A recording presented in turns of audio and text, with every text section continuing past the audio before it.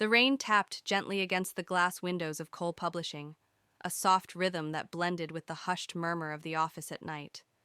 Most of the employees had long since left, their desks dark and abandoned. Only two lights remained, one above Emma Hart's desk, and another in the grand corner office where Mr. Adrian Cole worked tirelessly. Emma tucked a loose strand of hair behind her ear, her eyes scanning the document before her. She sighed, tapping the back of her pen against the paper. Another long night. She had lost count of how many late evenings she had spent here recently, helping Mr. Cole prepare for the company's biggest book launch of the year. She glanced toward his office, the door slightly ajar. Through the small gap, she could see him, sleeves rolled up, tie loosened, brow furrowed in concentration. There was something about Adrian Cole that had always unsettled her. Not just his good looks, though he was undeniably handsome, but the way he carried himself. Calm, confident, yet distant, as if a part of him was locked away where no one could reach. Emma knew better than to get attached. Office romances were complicated, dangerous even, and yet each day she found herself drawn deeper into the quiet mystery of the man she worked for. As she turned back to her papers, a soft voice interrupted her thoughts. "Emma," Adrian said, standing in front of her desk, a faint smile on his lips, "you're still here." She startled slightly, then smiled back, trying to mask her nerves. "Just finishing the edits for Mr. Prescott's manuscript."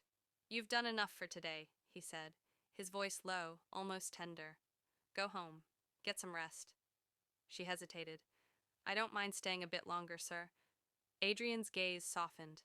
For a moment, he said nothing, studying her as if seeing her for the first time, not just as his assistant, but as a woman who stayed late, who worked harder than anyone, who believed in the company, and maybe even in him. "Come," he said finally.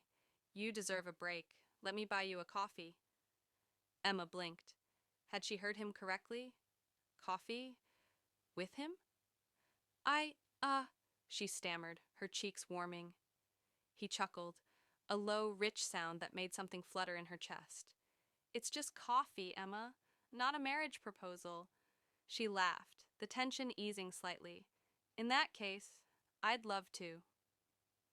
2. The little cafe across the street was almost empty, except for a few college students huddled over their laptops. The warm, rich smell of roasted coffee beans filled the air, wrapping around Emma like a cozy blanket. Adrian ordered 2 cappuccinos, insisting on paying despite Emma's shy protests. They chose a corner table by the window where the raindrops blurred the view of the city lights. For a while, they sipped their drinks in comfortable silence. Emma stole a few glances at him when she thought he wasn't looking. In the softer light of the cafe, Adrian seemed different. Less the stern boss everyone whispered about in the halls, and more like a man carrying a silent loneliness.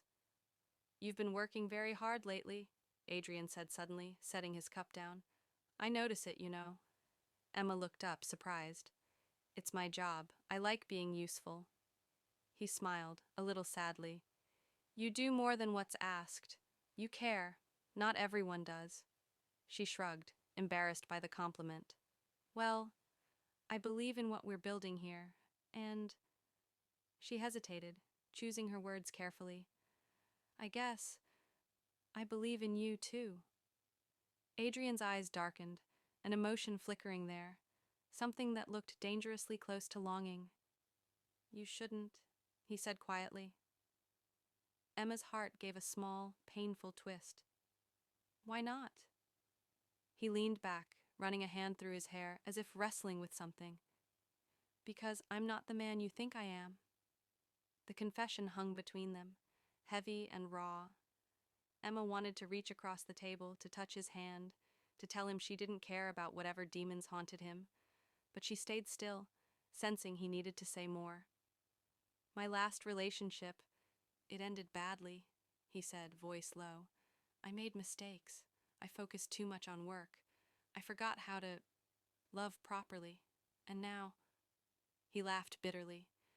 "Now I don't even know if I deserve to try again." Emma's throat tightened. She wanted to tell him he was wrong, that everyone deserved a second chance. but before she could find the words, Adrian looked up, and their eyes locked. "I don't want to hurt you, Emma," he said. "You deserve better than a man like me." And yet, despite his warning, Emma felt herself drawn closer to him, not out of pity, but out of understanding.